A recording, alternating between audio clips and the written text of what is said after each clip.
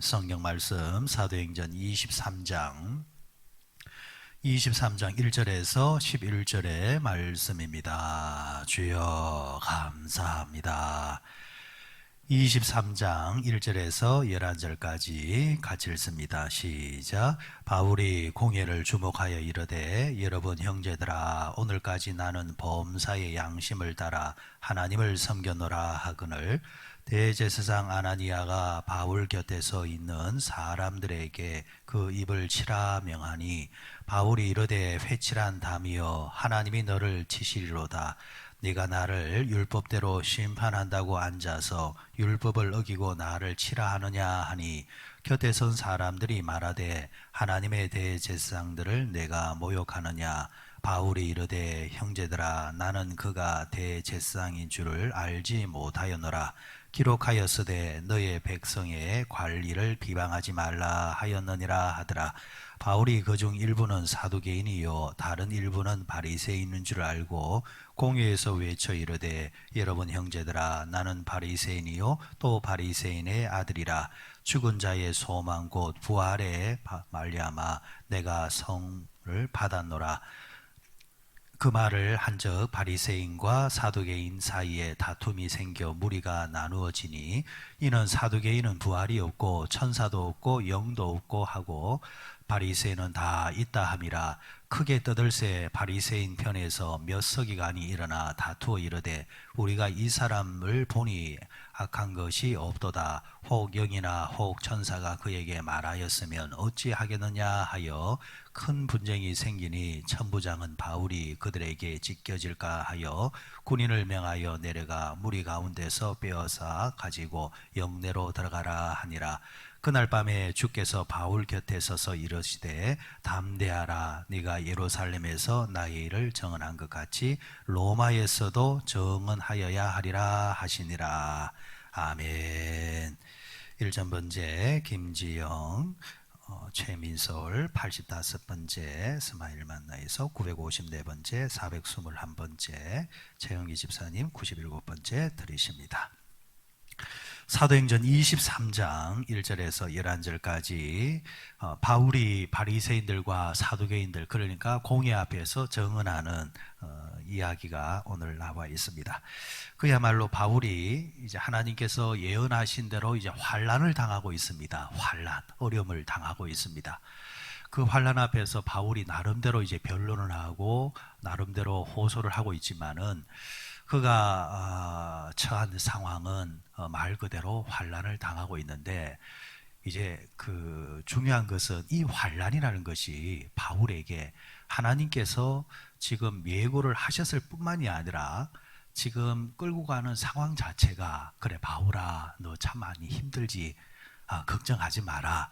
이제 그 환난이 이제 없어지게 될 것이고 이제 이 환난 뒤에 찾아오는 영광이 있을 것이다. 이제 조금만 기다리면은 이제 환난이 아니라 너는 좋은 것을 이제 만나게 될 거야.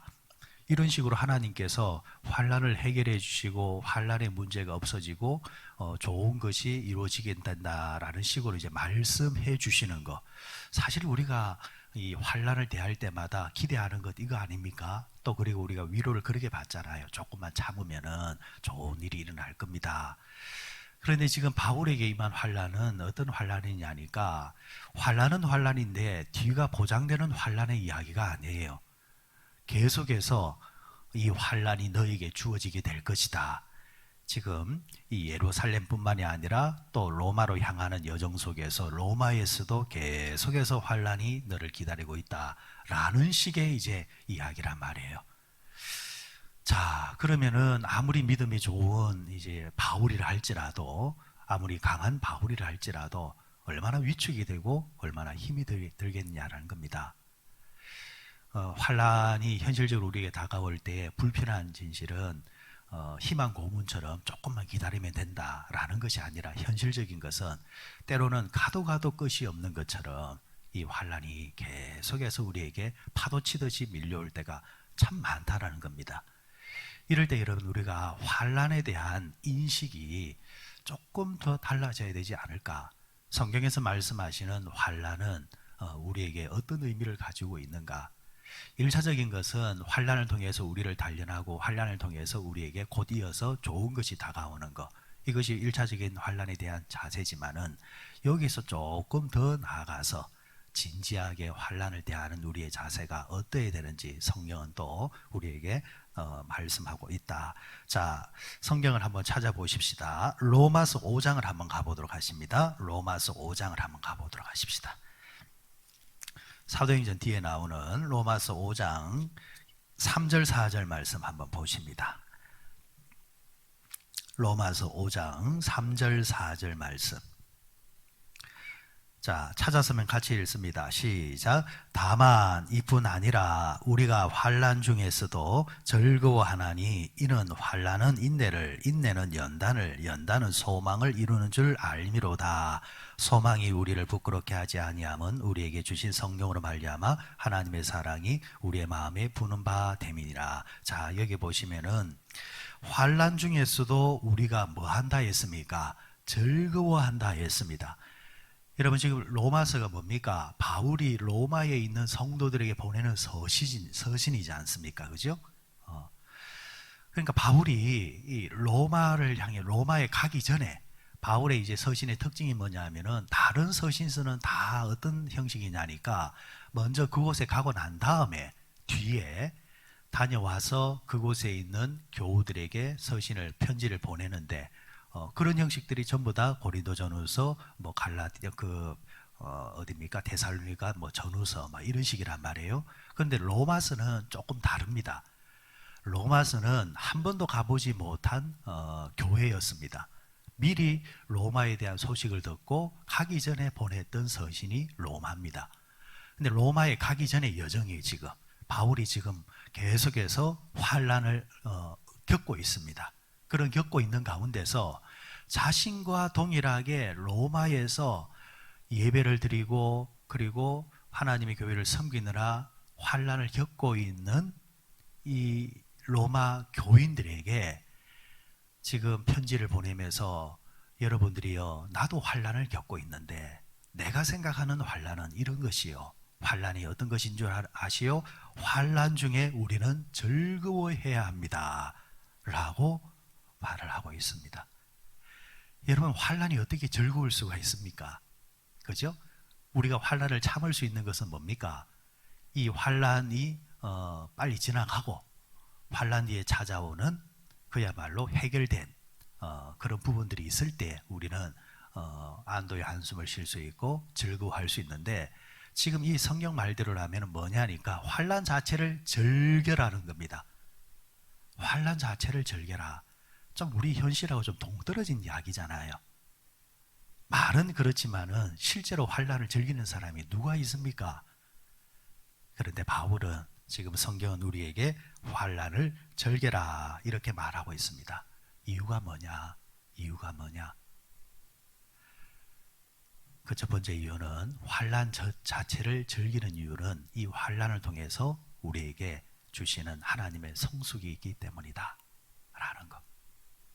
조금 더 나가서 말하면은 환란을 즐길 수 있는 방법은 이 환란만 보는 것이 아니라 이 환란이 지향하고 있는 목표를 우리가 주목하고 있을 때에 환란을 이겨낼 수 있습니다.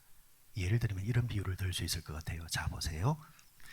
여러분, 공부가 즐겁습니까? 우리가 애들한테 공부해라 공부해라 그렇게 말했지 않습니까? 키울 때. 그런데 정작 말하는 부모는 공부가 즐거웠습니까? 여러분들은 어릴 때 공부하실 때 즐기면서 공부했습니까? 아니잖아요. 공부하라 그 말했던 부모조차도 공부 안 즐겼습니다. 공부 그렇게 안 좋아했습니다. 그죠? 그런데 그런 가운데서도 어떤 사람들은 공부를 즐겼던 사람들 또 있어요. 그 차이가 뭘까? 당장 여러분들, 자, 보십시오. 공부는 공부로 끝나는 것이 아니라 공부로 통해서 이루어내는 뭐가 나옵니까? 결과물이라는 것이 있습니다. 그죠? 자, 공부를 열심히 하면 공부를 통해서 뭐가 얻어집니까? 자격증이 주어진다. 아니면은 어떤 학교에 갈 수 있다. 어떤 직장에 갈 수 있다. 자, 이걸 보고 이걸 생각할 줄 아는 사람은 공부 자체가 즐거운 것은 아니지만 그 목표를 생각할 때에 그 목표를 생각하면은 즐겁지 않은 그 공부를 즐길 수 있다라는 겁니다. 이것을 신앙으로 도입하게 되어지면은 우리는 어디를 지향하는 사람입니까? 하나님의 나라를 지향하는 사람입니다. 그래서 여러분, 가장 이제 흔한 이야기고 우리가 보편적으로 말하는 천국. 그런데 너무 이게 쉽게 말하다 보니까 그렇게 피부에 와닿지를 않는 것 같아요. 우리 성도들이 천국, 천국. 근데 여러분, 그 천국이라는 것이 사실은 우리에게 하나하나 다가오고 있거든요. 여러분, 냉철하게 거울 앞에 서게 되어지면은 하루하루 달라지는 내 모습 앞에 하루하루 다가오는 천국이 그리 멀리 떨어진 것이 아닙니다. 5년 전의 사진을 빼보십시오.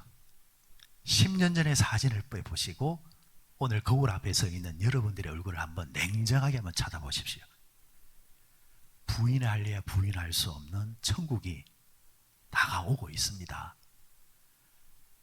화장을 통해서 감출 수는 있습니다. 말 그대로 그거는 감추는 겁니다. 냉정하게 여러분 드러내면은 다가오고 있단 말이에요. 근데 그 천국을 우리가 정확하게 알고 믿는 사람은 우리가 이 땅에 살아가는 동안 예수를 믿기 때문에 환난을 당한다. 신앙 때문에 우리가 어려움을 겪는다. 야, 예수 안 믿었으면은 이런 눈치 볼 필요도 없는데, 예수 안 믿었으면은 이렇게 주눅 들 필요도 없는데 라는 생각이 밀려올 때라도 우리에게는 곧이어서 뭐가 도래해요? 천국이 도래하고 하나님 앞에 서게 된단 말이죠.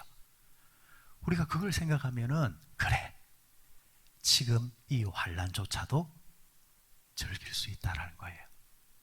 왜? 이 환난을 잘 이겨내고 연단되고 훈련되어질 때 결국 우리는 어디 가는 사람이다? 하나님 나라 가는 사람이야. 믿는 자들에게 목표가 있어야 된다는 거. 목표. 단순히 이 땅이 목표가 돼버리면은 이 땅에서는 일희일비한단 말이에요. 자꾸 문제가 생겨요. 그러나 하나님의 나라를 우리의 목표로 딱 못 박아두고 그걸 바라보면서 하루하루 열심히 살다 보면은 이 땅에서 환난이 계속 지속된다 할지라도 결국 그조차도 우리는 이겨낼 수 있고 승리할 수 있다라는 것. 오늘 말씀에도 바울이 어디까지 보아야 하리라? 로마까지 보아야 하리라. 로마까지 간다라는 겁니다. 그러니까 바울은 그 안에 항상 놓치지 않는 게 뭐냐니까 예루살렘에서 지금 내가 환난을 당하지만 결국 나는 어디까지 가는 사람이다? 로마까지 가는 사람이야. 이게 마음에 딱 중심에 잡혀 있으니까 예루살렘 성에서의 어려움과 환난을 넉넉히 그는 이겨낸다라는 겁니다. 그리고 환난이 주는 유익이 있습니다. 환난을 통해서 우리는 주님의 필요성을 또 우리는 절실하게 된다라는 겁니다.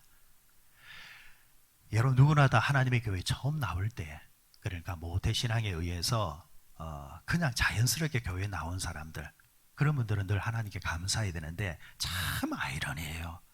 쉽게 주어지면은 진짜 쉽게 생각해요. 주변을 한번 보세요. 복음을 쉽게 받은 사람들은 정말 쉽게 생각합니다. 그래, 먼저 된 자가 나중되고요. 그 먼저 된 거거든요. 얼마나 좋은 거예요. 부모로부터 자연스럽게 신앙 받은 거잖아요. 먼저 된 거잖아요. 그런데 그걸 쉽게 생각하는 사람들이, 쉽게 생각하니까 그런 사람들이 어떻게 됩니까? 나중돼 버립니다. 나중돼 버려. 그런데 나중된 자들의 또 특징이 뭐예요? 은혜를 깨닫고 나면은 이게 얼마나 귀하고 감사한 것인지. 그래서 부모로부터 물려받은 신앙은 없었지만 자기 때 만난 그 신앙 부여잡고 정말 뜨겁게 열심히 신앙생활하는 사람을 보게 됩니다. 그런 사람들은 어떻게 되는 거예요? 나중된 자가 먼저 된다라는 거. 자, 이렇게 신앙생활을 하다 보면은 우리가 예수를 이제 믿게 그 생활을 할 때에 이렇게 나온 사람들 특징이 뭐냐면 공통점이 그냥 나온 거 없습니다. 환란이 있을 때에 그게 계기가 되어서 그게 이유가 되어서 교회 가면은 예수 만나면은 이 문제가 해결될 수 있지 않겠느냐라는 그런 기대를 가지고 교회에 나오는 사람들이 거의 대부분입니다.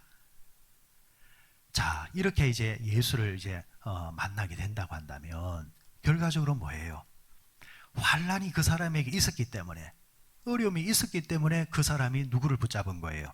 예수를 붙잡고 예수를 만난 거라는 겁니다. 신앙생활을 해갈 때도 성숙을 이룰 때도 마찬가지입니다. 사람이 어려움 없으면 기도 잘 안 합니다. 절실함이 없다라는 겁니다. 사람이 배고파 보면은 음식의 귀중함을 알잖아요. 아파 보면은 건강의 좋음을 알잖아요.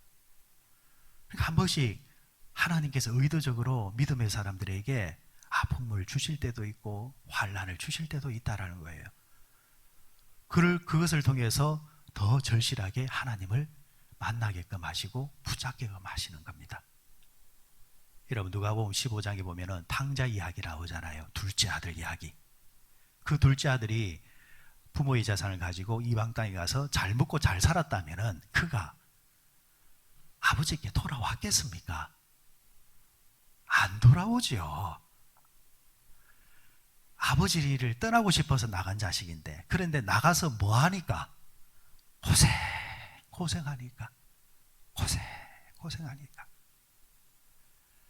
어느 집의 딸아이의 그 이야기인데, 이 딸아이가 집을 벗어나고 싶었는 모양이에요. 성경의 출애굽처럼 집에서 출애굽하고 싶어가지고. 자식들은 다 마찬가지인 것 같습니다. 어쨌거나 부모 곁을 떠나고 싶은 것이, 어차피 떠난 것도 마찬가지고, 근데 부모들은 조금 아쉬움이 있겠지요. 근데 이 자식이 어릴 때 빨리 떠나고 싶어가지고, 나 독립시켜줘 해가지고 정말 독립을 시켜줬대요. 그래, 한번 혼자 한번 살아봐라. 6개월을 살고 손들고 들어오더랍니다. 나가니까 너무 힘들더래요. 부모 밑에 있을 때는 걱정 안 해도 밥 먹었지, 그리고 뭐 옷 챙겨 입었지, 뭐 했지, 다 부모들이 다 해줬는데 부모 밑에 있을 땐 그게 좋은 것인지 몰랐대. 그런데 독립해가지고 자기가 스스로 그걸 다 챙기려고 하니까 여간 힘들게 하니. 그래 나중에는 나가라 해도 안 나간다 그러잖아요. 고생을 해보면 안다라는 거예요. 영적인 원리도 마찬가지입니다. 하나님이 나 혼자 한번 살아보겠습니다. 하나님 나 할 수 있어요 하면은 그래 네 한번 해봐라. 그리고 세상에 나가서 서러움도 당해보고 실패도 해보고 그럴 때 뭐예요? 뼈저리게 느끼는 거예요. 복된 것은 한 번 맞고 돌아오면은 제일 나아. 그런데 거기도 어리석은 사람이 있어요. 지혜로운 사람은 한 번 맞으면 정신이 번쩍 들어가지고 돌아와요. 그런데 어리석은 사람, 영적으로도 어리석은 사람들이 있어요. 그런 사람들은 한 번이 아니라 2번 맞고 3번 맞고 계속 얻어맞다가 나중에 뭐예요? 죽을 때 돼가지고 아버지 그러고 있단 말이에요. 그 어리석은 거예요. 어리석은 거. 어쨌거나 여러분, 이 환난은 우리에게 때로는 충격요법을 주기 때문에 하나님을 부여잡는, 하나님께 나오게 만드는 그런 유익이 있다. 마지막으로 환난은 우리 자신을 알게 해준다라는 말씀이 있다. 환난이 우리 자신 스스로를 알게 해준다라는 겁니다. 사람은 환난 당하기 전에, 다시 말해서 객관적으로 내 환난이 아니라 남의 환난에 대해서는요 진단하는 게 얼마나 똑똑한지 몰라요. 천재예요, 천재. 김 집사, 니 왜 그래 고생하는 줄 아느냐? 너 뭐 잘못된, 왜 뭐 잘못된 줄 아느냐? 요거 집어내는 데는 천재예요, 천재. 그런데 문제는 그 환난을 자신이 겪게 되었을 때는요, 그 천재가 어디로 갔는지 몰라요. 남이 환난 당할 때는 말 잘해줍니다. 뭐 기도하시라고, 하나님이 보고 계신다고, 이때 너 시험에 빠지면 안 되고 어떻게 된다라고 정말 말 잘합니다. 그런데 똑같은 환난을 자신이 당하면요, 그 말 잘하는 사람이 어디로 갔는지, 말을 해줄 때는 되는데 자기 문제가 되었을 때는 어리석은 사람이 되고 오히려 자기가 지적했던 그 사람보다 더 못한 그런 모습을 보일 때가 있다는 겁니다. 이게 여러분 그 사람의 실력이라는 거예요. 실력은 자기 문제가 되었을 때에 어떻게 하는가를 가만히 보면은 그 사람의 실력이 나오는 겁니다. 자신과 상관없는 다른 사람의 문제를 이야기할 때, 말 잘할 때 그게 자신의 실력처럼 보이죠? 아닙니다. 훈수야. 누가 못 듭니까? 그런데 자기 문제가 됐을 때는 훈수 속에서는 보이던 것이 안 보이기 시작하고, 그리고 감정적으로 아파했을 때, 힘들 때에 그 되던 것들이 안 되고 보이던 것들이 안 보이는 것을 경험할 때에 그 사람이 어떤 자세를 취하는가를 보게 되어지면은 그 사람의 본 모습이 보인다는 겁니다. 그래서 사람은 말로는 익숙하지만은 손에는 어설프다라는 말이 있잖아요. 다른 사람이 하는 걸 볼 때는 참 쉽게 말을 하지만 정작 자신이 손잡고 하면은 안 되는 거예요. 딸아이가 엄마가 뜨개질을 합니다. 참 쉬워 보이거든. 참 쉬워 보이거든. 엄마 줘봐, 내가 할게. 해봐. 되는가? 안 돼요. 부모 밑에 있을 때는 아버지는 그것도 못해요. 엄마는 그것도 못해. 아유. 그런데 자신이 아버지가 돼봐. 자신이 엄마가 돼봐. 해보라는 거예요. 그때 생각나는 사람이 누구냐? 부모를 생각하면서 아버지는 그때 이랬지. 엄마는 이랬지. 그거 흉내내고 있다라는 겁니다. 그래서 자식이 듣든 안 듣든 간에 부모는 자식한테 잔소리하는 사명이 있어야 된다라는 거. 결국 여러분 자신의 문제가 됐을 때 어떻게 하는가를 보면 압니다. 환난의 문제도 마찬가지입니다. 내가 지금 환난을 딱 당했을 때에 내가 어떻게 대하는 자세를 딱 보면은 내 지금 신앙의 현 주소가 그대로 드러납니다. 환난 당할 때 그 사람이 기도의 자리로 나와서 꾸역꾸역 하나님께 엎드리면 그 사람의 실력은 기도의 사람이요. 힘들 때에 더 하나님께 예배드리고 말씀대로 살면은 그 사람이 진짜 신앙의 사람이고, 평상시에는 말을 그렇게 잘하다가도 환난이 생기면은 입을 덮어 써버리고 하나님께 돌아서 버리고, 아니면은 뭐 시험 받았다면서 나 앉아버리면은 그 사람의 현 주소는 바로 그런 사람이라는 겁니다. 사람들 사이에 우리가 참 똑똑다, 박사다, 다 가짜입니다. 자기 문제 대보라는 거예요. 그래서 이 환난이 내 신앙이 어떤가를 그대로 드러나게 한다라는 것. 결국 여러분 오늘 이 바울의 모습은 이 환난을 통해서 우리가 바울을 우리가 존경하는 이유는 그 환난과 어려움 속에서 감옥 속에서도 예배하고 찬송하고 목표를 지향하는 곳으로 꾸역꾸역 발걸음을 내디뎠다라는 것을 보면서 우리는 그를 신앙의 영웅이라 그렇게 보면서 또 그 사람의 이야기를 펼쳐놓고 은혜를 받고 있습니다. 여러분 환난 당하는 자 있습니까? 어려움 당하는 자 있습니까? 바울이 예루살렘에서 이렇게 시험을 받았던 것처럼 어려움을 겪고 있는 분들이 있습니까? 오늘 내가 바울의 그 자리에 있다 생각하시고 바울이 이 환난 중에서도 어려움 중에서도 넘어지지 않고 시험에 걸려 잡아지지 않고 오히려 기도하면서 하나님이 자신에게 주신 비전을 향해서 더 열심히 걸어가는 그 모습을 보면서 그래 나도 그렇게 걸어가야지 하면서 마음을 다잡고 기도함으로 승리하며 나가시는 여러분들 되시기를 바랍니다.